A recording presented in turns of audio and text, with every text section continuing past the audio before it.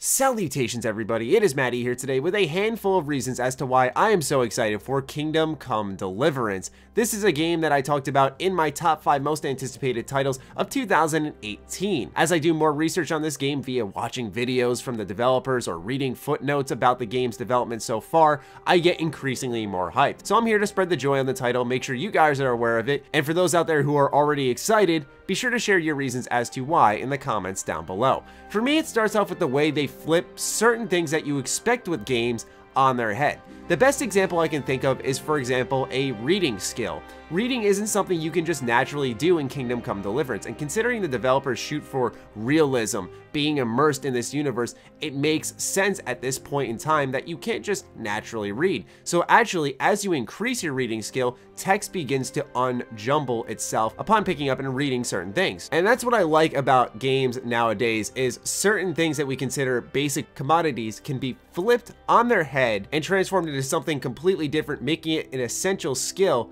and also bringing the universe to life. That's one thing that, for example, this reading skill does, is because, as I mentioned earlier, it doesn't just go hand in hand. Next up is its Elder Scrolls 4 Oblivion style HUD. Also, the color palette is extremely reminiscent of that game, and I love Elder Scrolls 4 Oblivion, so for me, this was a big +1. The way the compass is on the top and the heavy focus on the red, green, blue, something about this game really screams Oblivion to me, and that's not an insult considering how dated Oblivion is at this point in time. That is a big compliment coming from me. After that is combat, and it's one that's completely different from other open world games we've seen. I love the arcade style fighting that we see often, where there's big hacks and slashes. The sound effects, although not realistic, really sell the kill. But in this game, like I said, they're going for realism. So often when you're taking a big sword and hitting into some thick armor, all you're gonna hear is a little clunk, and that's about it. It's not going to be this big gush of blood, but it's not also the way it looks, it's the way it feels, it's the way it operates mechanically that I appreciate, where you're trying to tackle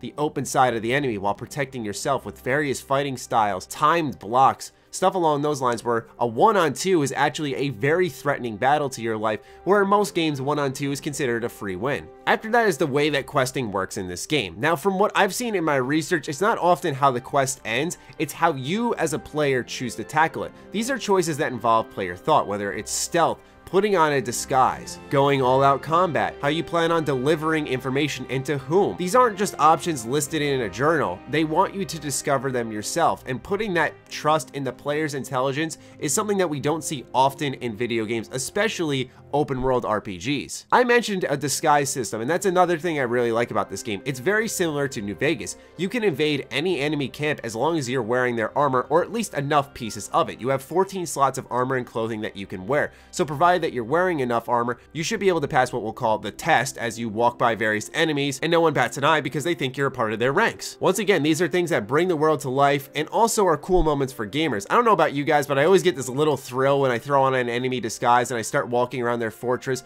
and just watching as they go about their day. It's obvious there's an astute level of effort and attention to detail here. It's also shown in, for example, the map. These maps are hand-drawn, and also I like the way that areas of the maps that you haven't explored are clouded out until you explore it. It's not like, for example, Horizon Zero Dawn, where once you climb the big machine, that all of a sudden that area is unclouded. No, you actually have to physically explore it. But you can see that there was a level of passion in every corner of this game so far, between choosing to make combat different, flipping skills on their head, and even the maps, like I said, hand-drawn. They're absolutely beautiful. And that attention to detail carries over into the gameplay in various other ways. Like, for example, in the recent gameplay video they dropped, you're able to raid an enemy camp. So as he's disguised, he actually drops poison in the enemy's food and hurts them, as well as weakening them before the battle even begins. This is stuff I absolutely adore in games, feeling like you're actually getting a leg up, and it's completely optional. So those are just a handful of reasons why I'm so excited for Kingdom Come Deliverance. This is a game that, if you like RPGs, I highly suggest that you keep your eye on, especially if you're into immersion and player choice. Be sure to let me know what you think of Kingdom Come Deliverance in the comments down below. I'll be covering this game a lot more as we approach the release, and of course,